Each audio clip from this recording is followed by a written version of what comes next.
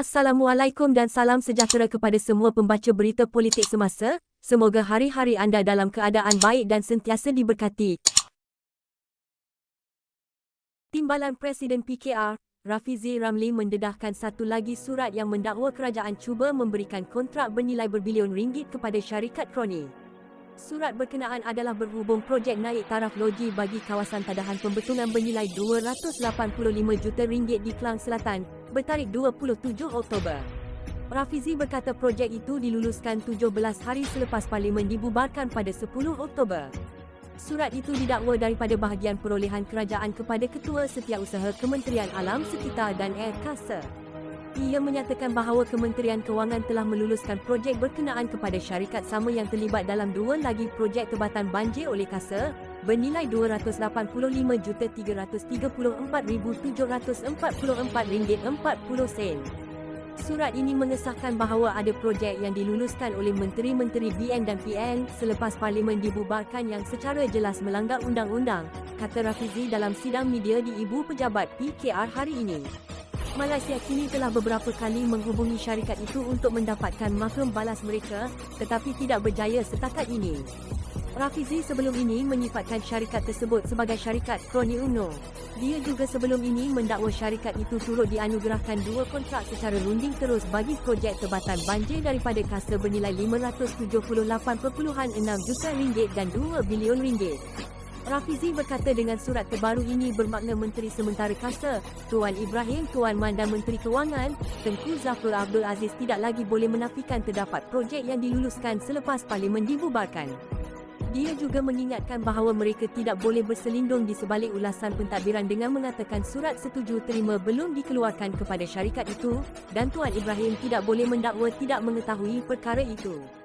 Sambil memberikan penjelasan ringkas mengenai prosedur proses perolehan, Rafizi berkata cadangan projek itu perlu datang daripada kementerian, dalam kes ini KASA, yang kemudiannya akan memutuskan bentuk tender untuk projek tersebut sama ada tender terbuka, tender terhad atau rundingan terus. Katanya, sekiranya kementerian mencadangkan sebarang kaedah selain tender terbuka, kelulusan Kementerian Kewangan adalah diperlukan. Begitu juga, bagi mana-mana peruntukan projek yang melebihi harga tertentu, kelulusan Kementerian Kewangan juga diperlukan. Tambahnya, setelah Kementerian Kewangan memberikan kelulusan, Kementerian mengeluarkan surat setuju terima SST kepada kontraktor dengan merujuk kepada surat kelulusan dari Kementerian Kewangan. Oleh itu, bagi tujuan menentukan sama ada kelulusan sesuatu projek diberikan selepas tarikh pembubaran, tarikh yang dirujuk ialah tarikh apabila Kementerian Kewangan memberi kelulusannya, kata Rafizi. Belum dikeluarkan surat setuju terima.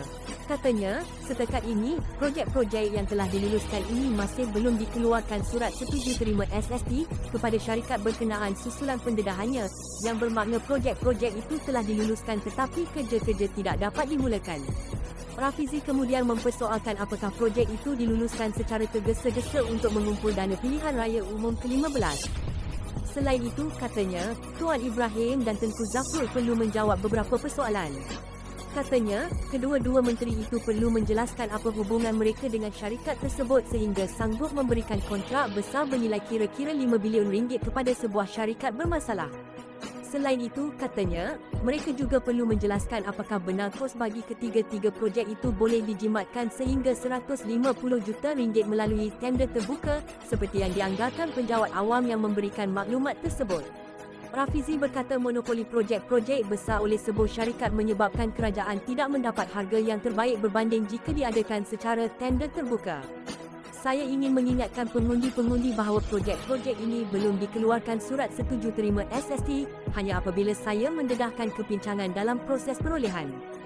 Jika BN atau PN menang dalam PRU 15, dengan kelulusan yang telah diberikan setakat ini, projek-projek ini akan terus diberikan kepada syarikat itu. Sia-sialah pengorbanan penjawat awam yang mengambil risiko mendedahkan perkara ini, katanya. Rafizi berkata sekiranya gabungan parti lain menjadi kerajaan selepas PRU, kelulusan projek daripada Kementerian Kewangan itu boleh dibatalkan. Tuan Ibrahim sebelum ini berkata dia akan memfailkan saman fitnah terhadap Rafizi, manakala Tengku Zafrul berkata kelulusan projek tebatan banjir bernilai RM2 bilion itu adalah mengikut undang-undang.